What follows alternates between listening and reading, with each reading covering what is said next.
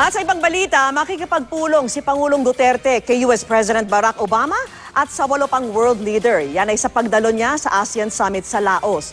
Pero malabo raw sa ngayon na makausap ni Duterte si United Nations Secretary General Ban Ki-moon. Nakatutok si Ian Cruz.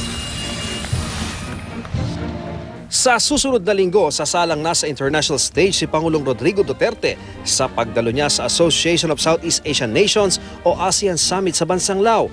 Bukod sa pagdalo sa summit, 9 na bilateral talks na ang nakaschedule sa loob ng 3 araw sa pagitan ng Pangulo at ilang ASEAN leaders at dialogue partners.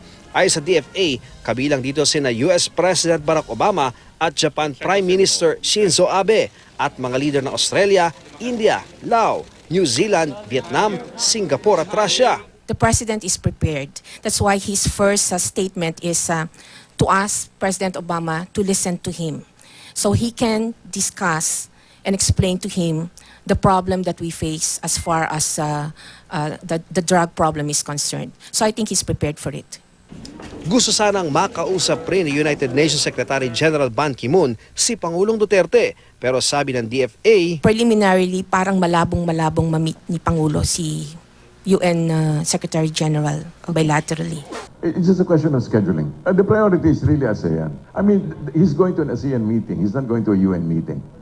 matatanda ang ilang beses nang binira ng Pangulo ang UN dahil sa pambabatikos ng UN Special Rapporteur sa laban kontra krimen at droga at sa dumaraming bilang ng napapatay dahil dito. Nagbanta pa siya noon. Maybe we'll just have to decide to separate from the United Nations.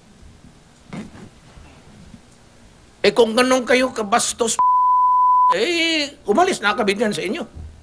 Pero binawi rin niya ito kinalaunan.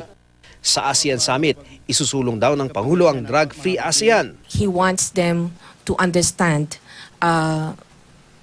where he's coming from as far as, for instance, this issue on the illicit drugs are concerned. Pero ang pagkapanalo ng Pilipinas sa kaso laban sa China, kaugnay sa agawan sa teritoryo sa West Philippine Sea, hindi muna igigiit. Bagamat may posibilidad na matalakay ito sa summit kapag pinag-usapan ng regional security, maritime security, rule of law at UNCLOS. So there is a meeting with Premier Lee? To date, I have no information that there will be a meeting on bilaterally with him. Handa raw ang Pangulo sa pagsalang sa summit at ang pagkuha ng Pilipinas sa chairmanship ng ASEAN para sa 2017 na natapat pa ang ika-50 taon ng ASEAN. Ian Cruz, Nakatutok, 24 Oras.